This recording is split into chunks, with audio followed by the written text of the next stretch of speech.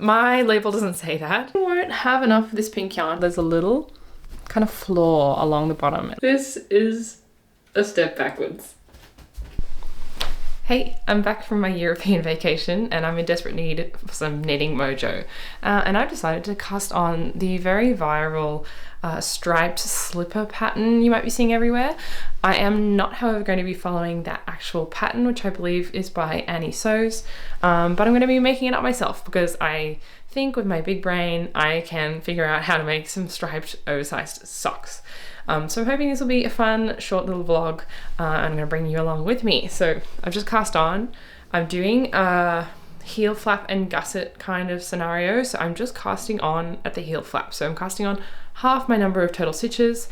I've put 20 stitches on this needle now. So the circumference of the sock is going to be 40 stitches. And the yarn I'm using here is a Cardigang chunky merino, which I've had in my stash for a million years. It is wool roving, 100% wool roving. It's this beautiful lemony yellow color. I have a lot of it and I haven't really known what to do with it because it is completely unspun. So it is just kind of a big strand, if it will focus, a big strand of wool, and it's not very durable. So I think it would make really good felted slippers. So we're going to find out. Anyway, I also picked it because of the beautiful color and it pairs super nicely with this other yarn that I kind of haven't known what to do with, which is the Istex Lopi Alafoss Flos, which is a wool and mohair yarn. It is similarly a single, it's a little more tightly spun than the Cardigang, and it's this beautiful hot pink color. And they're going to make little pink and yellow striped slippers for me. So hopefully this will be a super quick project. It's not the right time of year to be making slippers. It is really hot outside, but since I was inspired by all the beautiful European autumn and winter weather, I want to be prepared, and I just like wearing socks in my house. I don't wear shoes in my house, but sometimes I don't like my feet getting like stuff on them, so I think this will be a really practical project for me and super quick and a lot of fun. And if I enjoy it, it'd actually make really good Christmas gifts because you can just kind of use up all sorts of different colored scrap yarns. So anyway, there's my intro. Hopefully I'll see you again very shortly with a completed heel flap.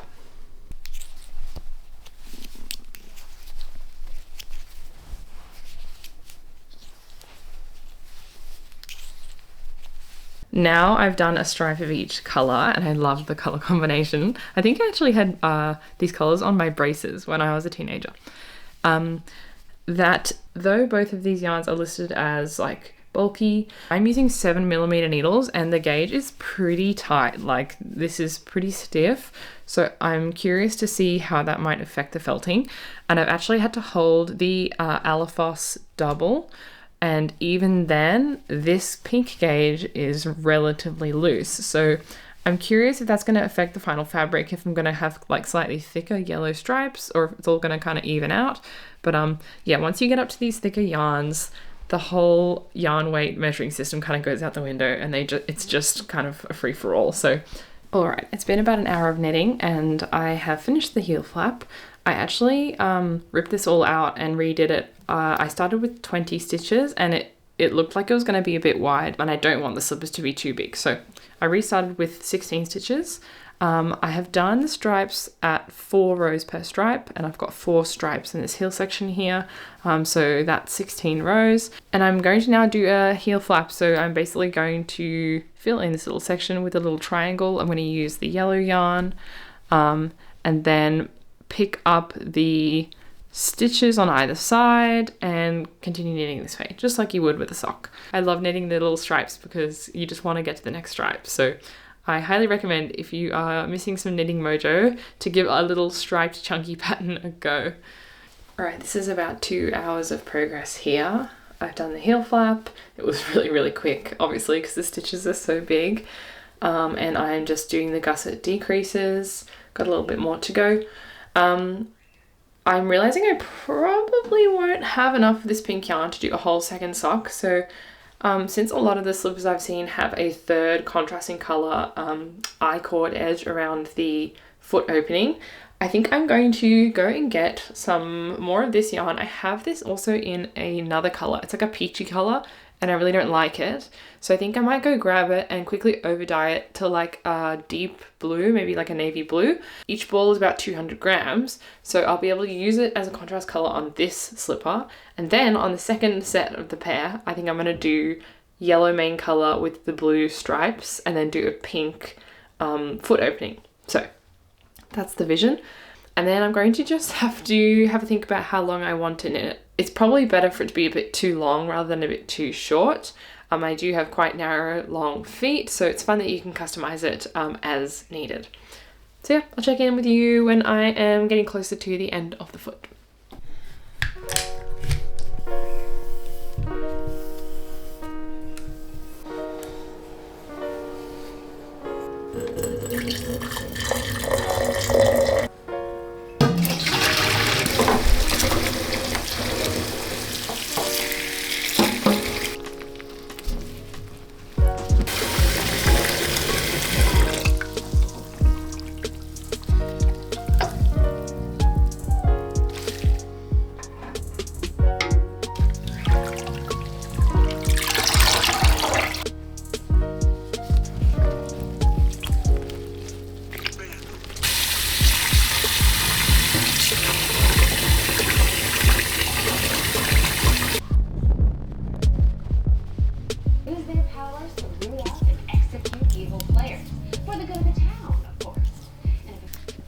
So as always, the overdying was a bit of an experiment, and the peach yarn turned out to be this really beautiful eggplant purple colour, but that's not really what I wanted to have for my colour scheme. So I actually picked out another skein of the yellow yarn and I overdyed that with the exact same blue dye that I have. I only have one blue dye, so I was kind of limited.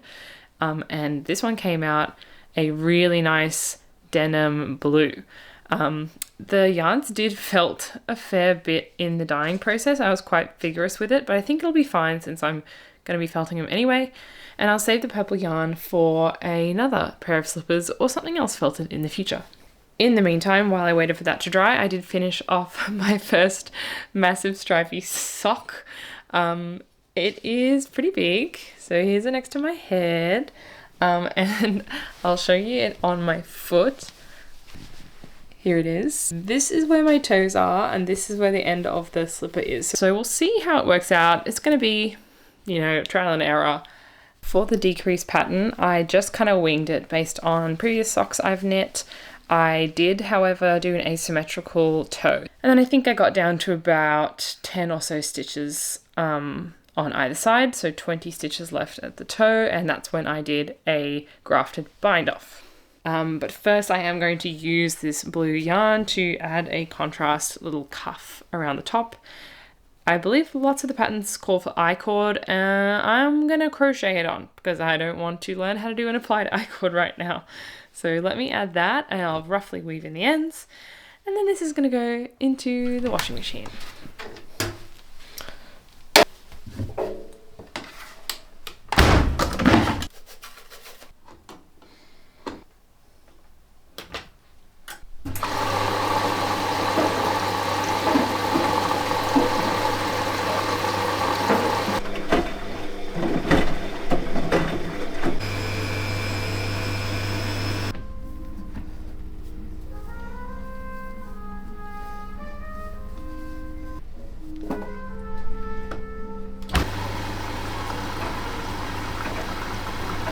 It's the next day, and what I think we have here is a very large gauge swatch.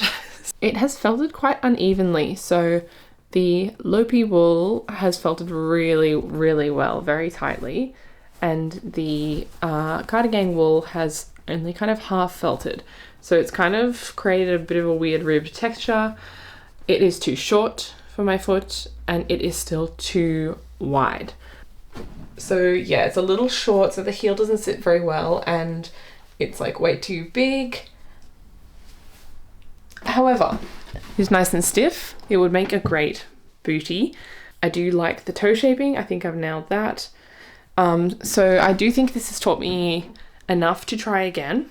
I am going to still use the Cardigang wool, even though it didn't felt really well, but I am going to use it for both of the stripes. So since I have a purple and a blue now, I'll do a yellow and blue and a yellow and purple version You can see the blue here kind of lost some of its colour, so it's actually kind of more like a greeny grey, but I don't mind it. And I think I'm going to knit on larger gauge needles to give the wool a little bit more room to felt down. I am going to reduce the circumference and increase the length. Also, a couple of the spots kind of felt it a little bit creased, so I think you need to quite regularly pull this out and make sure it's not kind of balled up on itself in the washing machine. Anyway, this was experiment 1. On to slipper number 2. Just quickly, I have secured some larger needles. These are 10 millimeters. Before I was using my 7 millimeter needles. So I think this will allow me to have a looser gauge and buy me a bit more space in the fabric for it to then felt down, because right now it feels too stiff and I think that's what's preventing it from felting. So let's give these 10 millimeter needles a go. All right, it's only been less than 2 hours and I am already done with the back of the heel turn and the sole of this second slipper. So I'm doing this one slightly differently. I've decided to knit it flat so that I can have a block colored sole and then stripes on the instep. So what I did here was I also reduced the width of the panel to be 12 stitches. I only did 12 rows on the back of the heel. I'm having a great time experimenting and I'll check in with you again very soon. It doesn't have any history tying it to a certain culture or lifestyle or movement or sensibility. People struggle. Seems to appear in writing around the year 18. Alright, I've got to be honest, I don't have much faith in this. It is definitely longer, it is definitely narrower. I'm just going to do the edging here and then chuck it in the washing machine. So let's give it a go. Why not?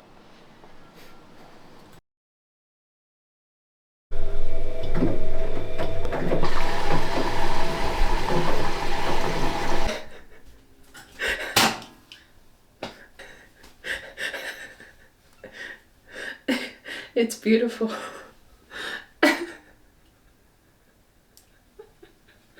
Look. Look at this nightmare. This is a step backwards.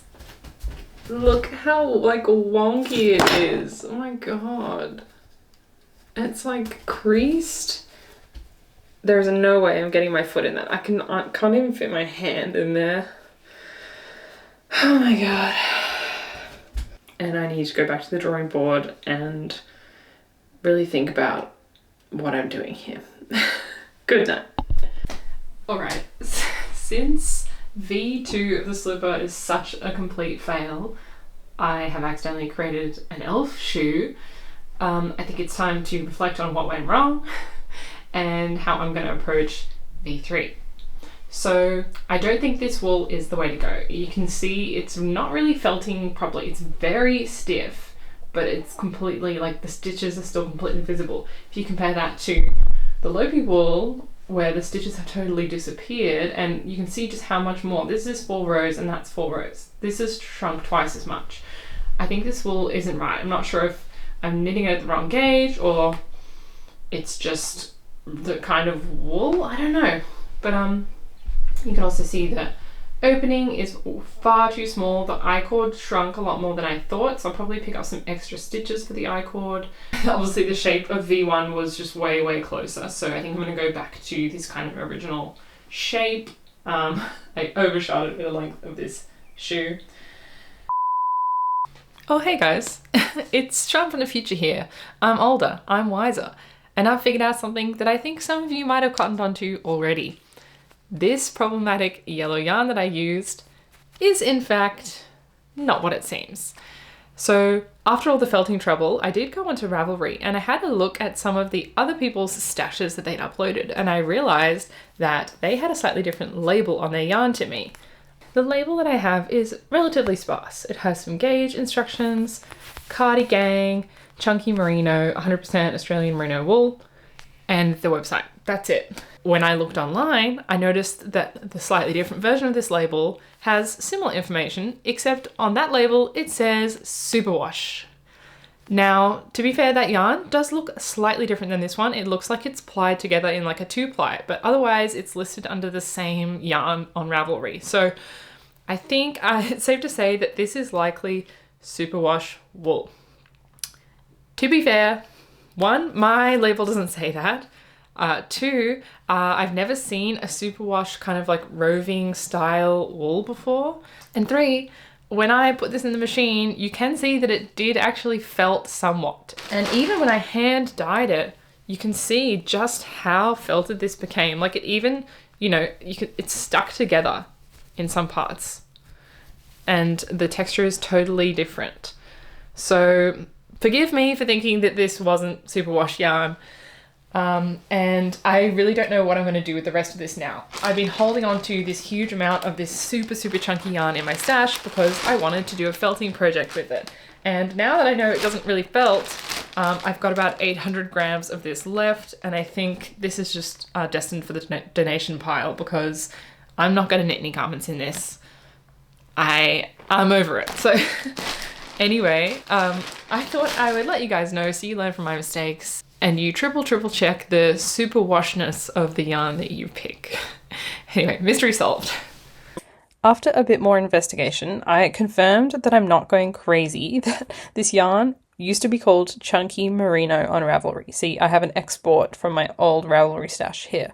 And now it's called Premium Chunky. So I don't know if the two lines are the same or if someone just changed the name on Ravelry for their new yarn and they've kind of been smashed together.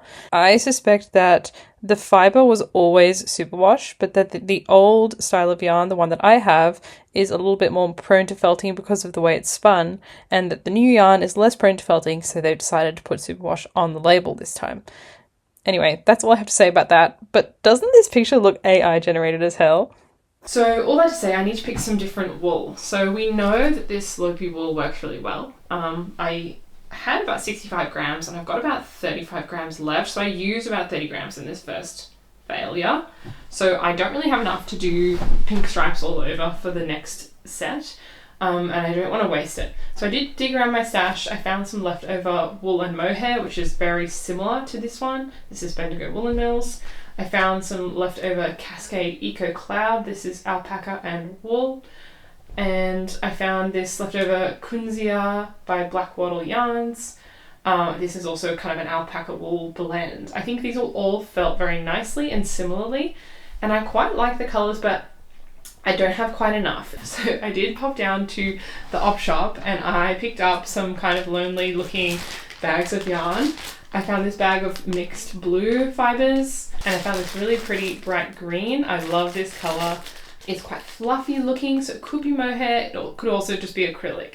So what I'm going to do, I'm going to take these out of their bags, I'm going to do some burn tests, and whatever comes up as being probably wool, I'm going to create a swatch of all these different yarns in one little piece, just some stripes. I'm going to felt it and I'm going to see which ones felt at a similar rate and then go with those. And I think between the blue, pink and green, I can get a really cute colour combination. So let's go burn some fibres and see what we've got.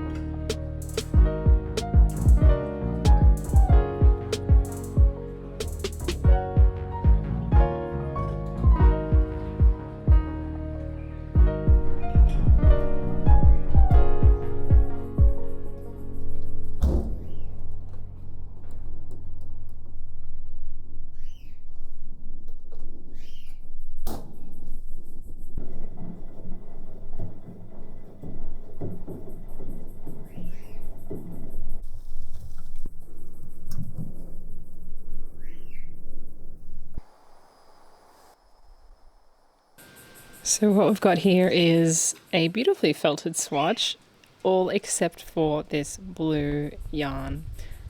such a failure. It looks like it's superwash. So if this isn't a good argument for like superwash versus non-superwash in preventing felting, I don't know what is, because yeah, this is like completely untouched. So all the other yarns felted at a really similar rate. They look really great. So I'm going to move ahead with those. I am going to dig around in my stash and see if there's anything else that I can pull that I think is going to work with it. But yeah, let's start again with these new yarns. I think I'm going to go for a kind of uneven random stripe pattern this time and see how that looks. So let's try V3.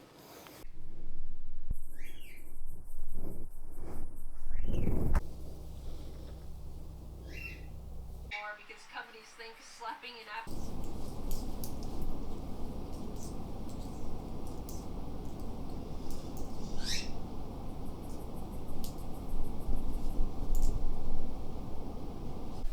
Alright, nobody make fun of me. I am wearing a tooth whitening strip, but I just finished the heel flap of V3 and look at this color combination. This looks so great. I really like the varied stripe thickness. I think it's going to look awesome.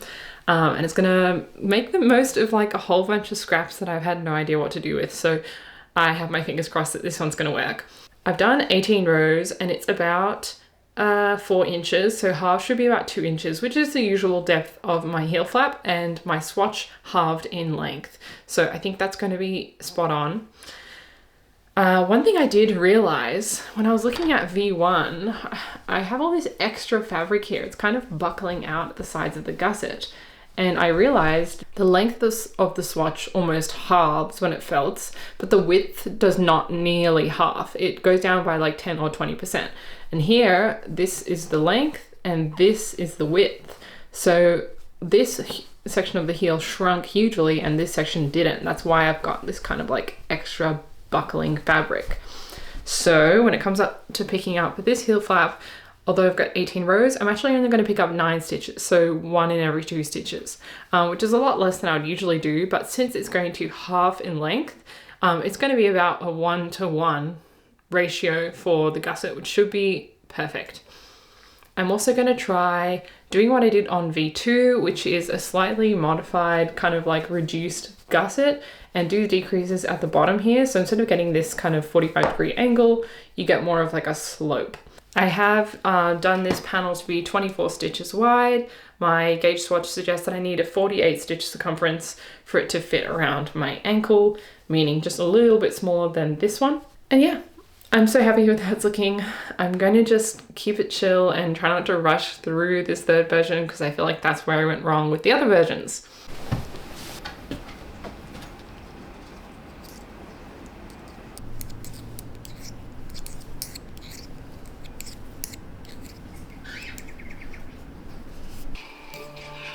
The inmate file of one Stanislav Divans.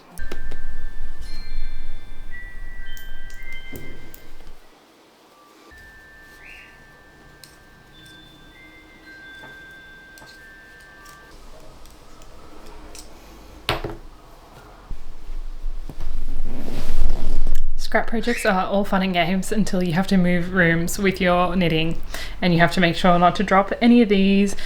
Oh, and you have to untangle them when you sit down. Luckily, I am loving how this is looking and we are so close to the end.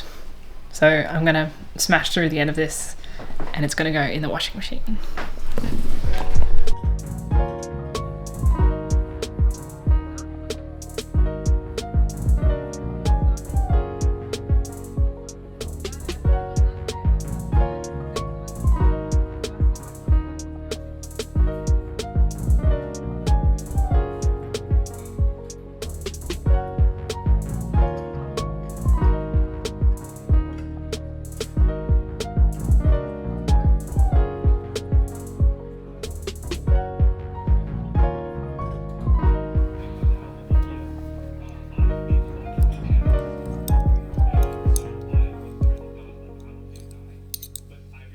The curse is lifted because I have a beautiful felted slipper. Look at how well that turned out. I am so happy with the sizing of this.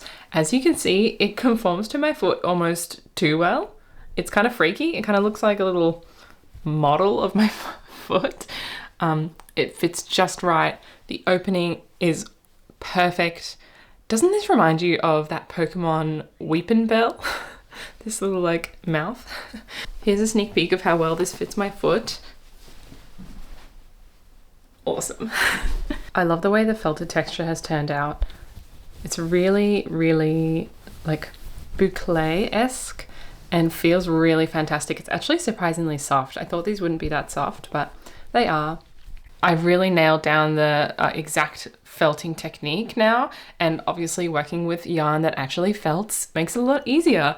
And so I have not only one completed slipper, but I also have the second one, not yet felted. This was a real breeze to knit up, just like the first one. I followed my own notes exactly, except obviously I switched the side where the decreases are for the toe to make a right foot. And this one I also did random stripes, and I did a green cuff instead of a pink cuff. And I think they're going to make a really, really nice pair that are like not identical, but very similar. This really shows you the size difference here. It's pretty much almost twice as big as it needs to be. As you can see though, on V3A, the seam at the bottom, I didn't sew up tightly enough, and you can kind of tell there's a little kind of flaw along the bottom. It looks like a little gap.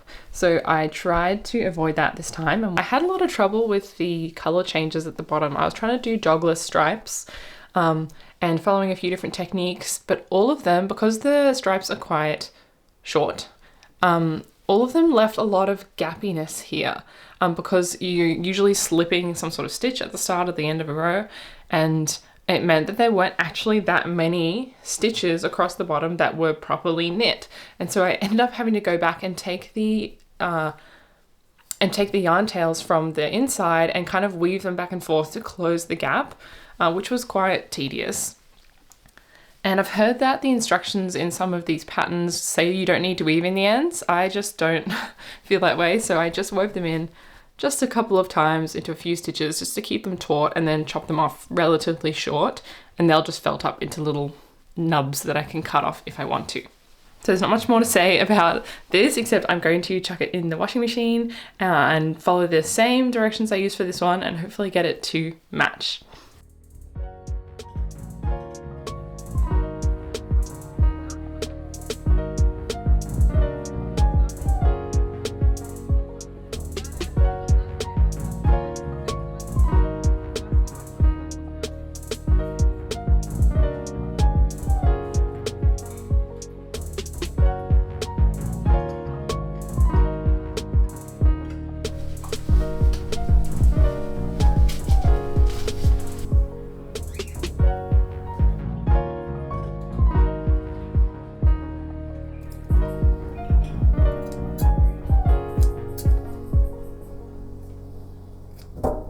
And with that, the experiment is complete. My second slipper felted with no problems, and that adjustment on the sole did actually make a pretty big difference. So here's the old one compared to the new one. I think they look really great as this mismatched pair. And I will admit that I've already filmed this outro, but I did something wrong with the microphone and it was just all cicadas and wind, and it was intolerable. I have really enjoyed making these over the past week, and I think they would make a really, really great gift for someone. Not only were they fun and quick, but I love the finished product, and they only took me a really short amount of time. I think now with what I've learnt, these would take me about 3 days to knit, probably 1 day per each slipper, and then a day for felting and drying, and maybe an extra day if you live somewhere cold. Not only that, but these only took me 106 grams of yarn, which is 53 grams each, which is like almost as much as a sock takes me. And that makes these really affordable. You'd only need to buy 150 grams of yarn to be safe. And I think you can actually make these out of basically any stash yarn. Like, just dig around and see what you have that's non-superwash and see what color combinations you can come up with, because I think the customization and the uniqueness of it is really what makes it so fun and a great gift idea. But before I wrap this up, I wanted to share with you some of the things that I learned over the past week. So even if you follow a pattern and follow the directions carefully, which I highly recommend, I do think I can save you quite a bit of troubleshooting and time with these tips. So lesson 1, of course, is check your yarn and if it's superwash. This would have saved me days and days of time and wasted yarn because, as we all know, felting is pretty much irreversible. So once you've washed your slipper and you realize it's not superwash, even so, it might have felted a little bit, or it might just be something you can't undo. So I just highly recommend triple checking, even if you're super sure that you've got the right kind of yarn. And although I usually am the kind of person who doesn't really knit swatches that often, I do think this is the kind of project where you should knit a swatch. It takes like 5 minutes and it will save you a lot of angst. Not only that, but you can use your swatch as a felting practice and get the settings on your washing machine just right. And also check how much your yarn is going to shrink lengthways versus widthways. Which leads me into my third tip, which is to keep that in mind if you are knitting something where the direction changes perpendicular. Really do think about the pickup rate and perhaps consider adjusting the ratio if you know that one section is going to shrink more than the other will. Now, something I picked up from some online reading is that what sets those creases into the yarn, like in my failed slippers, is a high spin setting on your washing machine. So I really recommend that you either don't spin these pieces dry or spin them at a really low RPM. I think I used a 400 RPM for this second slipper and it still turned out fine. Originally I was using something like 1200 and it was just too high, and I think it literally folds the slipper in half, and with enough pressure in the washing machine it starts to felt it with a crease. I have also learnt that one line stripes like this green stripe here don't really look very good.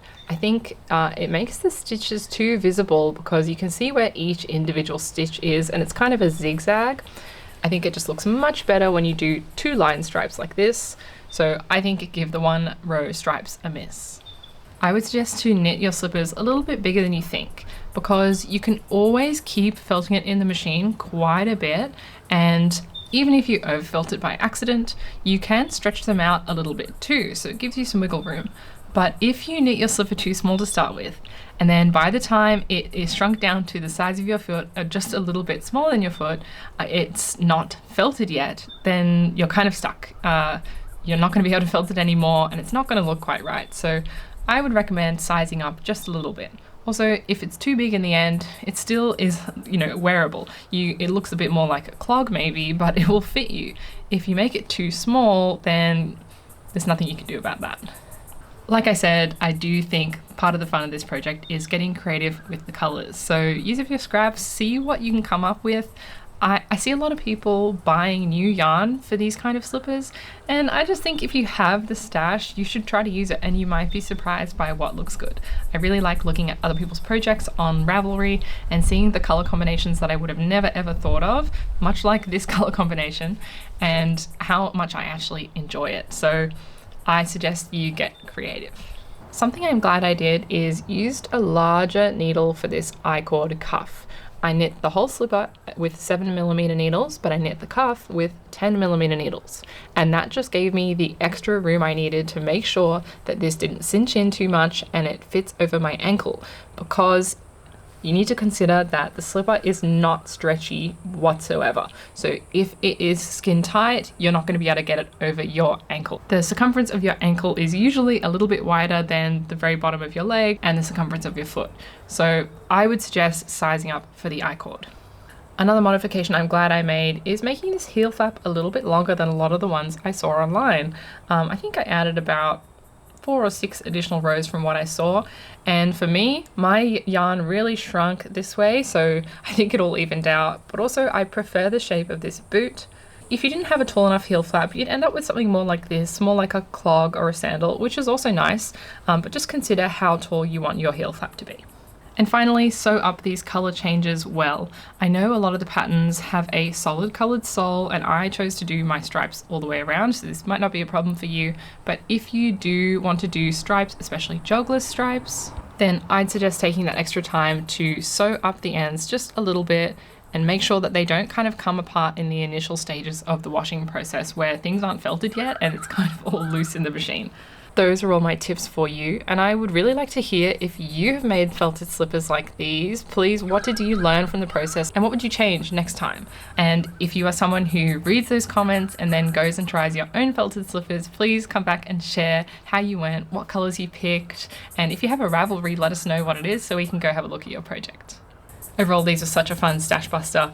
They've taken quite a bit of yarn out of stash for me, and it's looking like I am doing really well on my stash down for 2025. So keep your eyes peeled for another video coming out soon about my stash down. And lastly, if you enjoyed this felting process, this actually isn't the first project I've ever felted. I made a felted beret at the start of the year, and I have a video all about it on my channel, which I'll link for you. As you can probably hear, it's not the right time of year to be wearing some warm wool slippers, so I'll be putting these away and waiting eagerly for the weather to cool down next year so I can wear them. So that's it. I hope you enjoyed coming along with me to make these slippers, and I hope you got some crafting done while you watched. I also hope you have a really, really wonderful end to your year and a relaxing break, making and receiving lots of handmade gifts. And until I see you again very shortly, happy knitting!